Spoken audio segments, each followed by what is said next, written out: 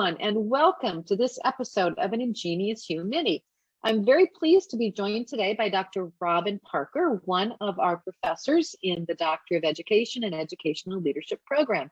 We will provide a link to Dr. Parker's bio in the episode show notes, but for now, Dr. Parker, I'm delighted to welcome you to the Ingenious U community. Thank you. I love being part of it. Let me jump right in and start by asking you what you do. What is your role in the HELOS and the EDD program? I have a couple of things that I do with the program. I started out teaching in the program in its very first iteration. I teach the Organizational Development, Change, and Transformation in Education course, which fits very well with some of the things that I've done in my background, which I'll share with you a little bit later. But I also am working with students that are in the cohort who come into the program who have previously done their doctoral studies and are in what we call ABD, all but dissertation, in a cohort. And I journey with them through this second part of their journey. That must be very rewarding because, as you know, as we know, there are quite a few students out there who start a doctoral program and do not finish. And so I would imagine being able to come alongside them and make sure they get over the finish line this time at BayPath is very rewarding for you.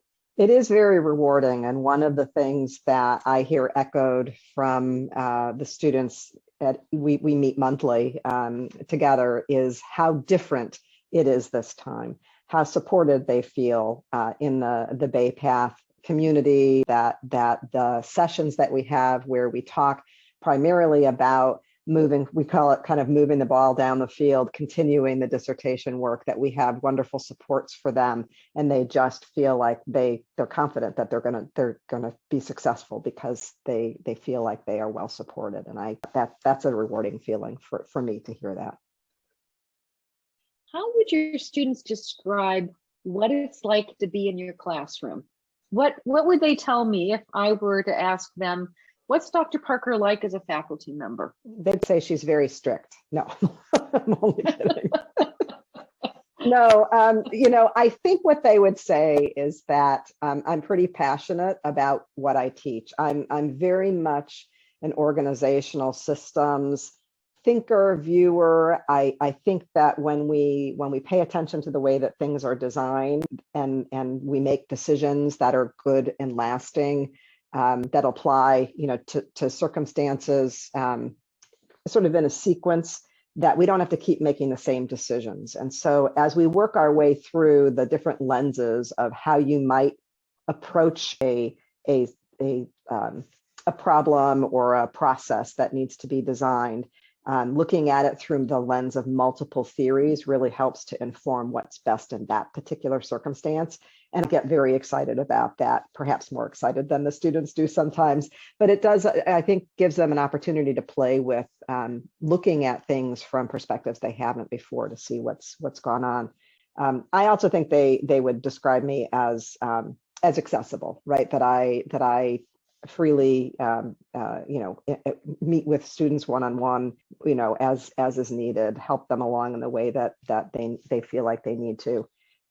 And so I think maybe it's more of a mentoring, coaching kind of a relationship than necessarily a typical instructional relationship. Tell us something about your professional journey, your professional interests. What are the things that really excite you in terms of research and the professional world? Absolutely. So as you know, Melissa, I love change, and I don't mean change for change's sake, but just the possibilities that come with the notion of change. So you and I met back during a time when I was really engaged in some massive transformational work at an institution where we were trying to change the learning model and change sort of the approach to the pedagogy and even the organizational structure, and had some nice success with that. But that really it made me reflect back on how much I had enjoyed change initiatives as I went along. And so really my research has always been focused on applied kinds of issues, things that are going on. My dissertation was on remote work and how does one connect to an organization that they're never physically, in presence with, which is so prescient to where we ended up today. So all of that work has kind of come together in ways to solve problems. So my interests are always about how to help higher education make some of the changes that I don't necessarily know the specific changes it needs to make, but I know that changes are on the horizon. So much is different. So looking at use of digital technology, using it to build relationships, and then in relationship making the changes is probably the way I'd wrap together my professional work. And you currently serve as a chief academic officer at a unique institution in California. I do. I have the privilege of serving as the Vice President for Academic Affairs at Saybrook University, headquartered in Pasadena, California, although I do work remotely. So I have an opportunity to use what I've studied in managing a remote team. It is a special place. It's really focused on, it's graduate level only, and it's focused on humanistic approaches, humanistic psychology.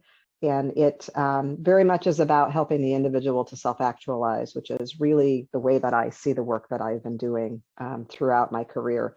I also like to do a little bit of leadership coaching and have the opportunity to help higher education leaders as they're leading change to think about how to do things that in a way that makes a difference for the individuals in the environment. Now, you've been with the EDD program since the very beginning, so you have a good perspective for this next question. What is it that you most like about teaching in the BayPath EDD program? And what would you tell prospective students about why they might consider enrolling in this program if they're looking for a place to complete their doctoral program? Sure. Well, I think one of the things that I like most about teaching in the program is the people that have brought it to life. It's been very rewarding to me to work with you and to work with Mila Dutka and working with and designing experiences that help to move students forward in whatever it is their intentions are. This program is really well designed for someone who's thinking about wanting to or is already leading in an environment where things are changing. And so as things change, you need to sort of do adaptations to that. Those that are thinking about, I know that I'd like to bring about a change in the way something is done, maybe in my community, and needs tools and needs perspective and ideas about how to facilitate the change happening within the community, because we as leaders don't come in and dictate the change and make the change. We facilitate the work that happens on the ground, the individuals who are actually doing the development of whatever the work is. And so that, coming at the program with the approach of collaborative leadership, recognizing that you are helping, you are journeying with those that are engaged in change. And so who should enroll? I mean, this certainly if you are in higher education and looking to make changes in higher education, this will be a really obvious fit for you. And again, the mechanisms are in place for wonderful supports. But if you are working in nonprofit environments or in for-profit environments where there is interest in having collaborative kinds of change happen, I think that you will come away with tools and perspectives that will allow you to really shine in those endeavors. So my final question, summer is here. What do you do for fun, Dr. Parker? Well, I think I just shared an anecdote with you. My husband and I love the outdoors. We love feeding the birds. We love hiking and plants. And I was sharing with you that one of the things that I do for fun is I chase bears away from my bird feeders during the day. But truly, we kayak, we hike. In the winter, we go south and we play golf. So as much as things that we can do to be active. And then this weekend, I got to play in my garden a little bit and do a little bit of fun reading that was disconnected from the work that I'm doing. So that's what I like to do for fun. Well, that is terrific. And we are so grateful for your engagement in the program with our students. I know that your impact is indeed significant. And so for that, we are most grateful. Thank you for your time today. Thank you. And it's a privilege to be part of the program.